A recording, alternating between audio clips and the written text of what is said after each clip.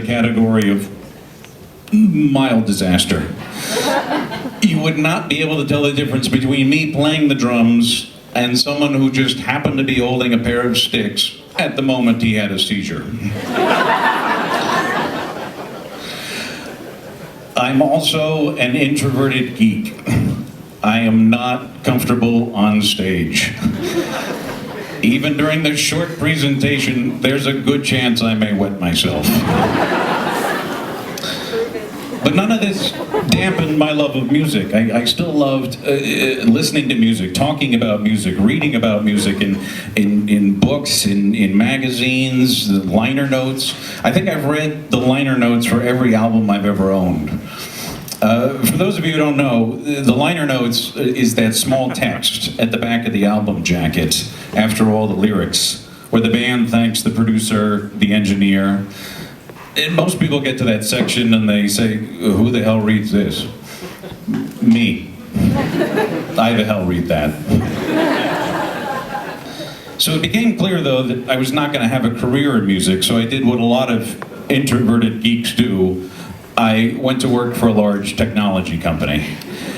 And at the time I thought, well, I'm not working in music, but at least I'll have a steady job. So about a year and a half ago, after I was laid off, again, I did some freelance writing, and this led to an interview with Huey Lewis and the News. And I was very excited about this because they were the first concert I'd ever been to. And as I was researching for the interview, I noticed they weren't really doing much with social media. I mean, they were on Facebook, but only sporadically. They weren't on Twitter at all. And so I spoke to their management about this, and I said, I think you're missing a great opportunity here to connect with your fans, and I think I could help you with this. And the management was curious, but cautious, hesitant. So 3 days before the concert, I did a phone interview with Huey Lewis. At the end of the interview, I gave him my pitch about social media. And he said, I like what you're saying. Let's talk about this more on Saturday. I said, great. How?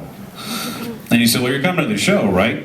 And I said, well, I have tickets, I don't have backstage passes. And he said, well, now you do. So during the opening act, I went backstage, I met with Huey, Bill, the drummer, Lowell, their manager, and I said, I think you're missing out on some opportunities here to really connect with your fans. You're on Facebook, but you're not doing much with it. You're not on Twitter at all. There are 3 fake Huey Lewis accounts on Twitter. At least I assume you guys weren't the ones who set up the account with the name, I'm Huey Lewis, bitch. And Huey said, I don't know, I may have said that at one point in time. So he said, we're gonna think about this. So I went back out to the main area, I watched the concert, I came backstage again after the show, and Huey came up to me and he said, I think we're gonna make this happen. And 3 weeks later, I became the social media specialist for Huey Lewis and the News. I now have my own business, which I work with a bunch of different bands and musicians. This wannabe drummer now gets to work with people like Rich Redmond from Jason Aldean's band. I got to hang out on stage while they ran through their sound check. This introverted geek now gets to work with people like Annie Clements from Sugarland, a woman who, like my wife, is clearly out of my league. But I got to hang out in her home and have meetings with her on the Sugarland tour bus. And this year, the band Cowboy Mouth came out with their new album, This Train, and I'm in the liner notes.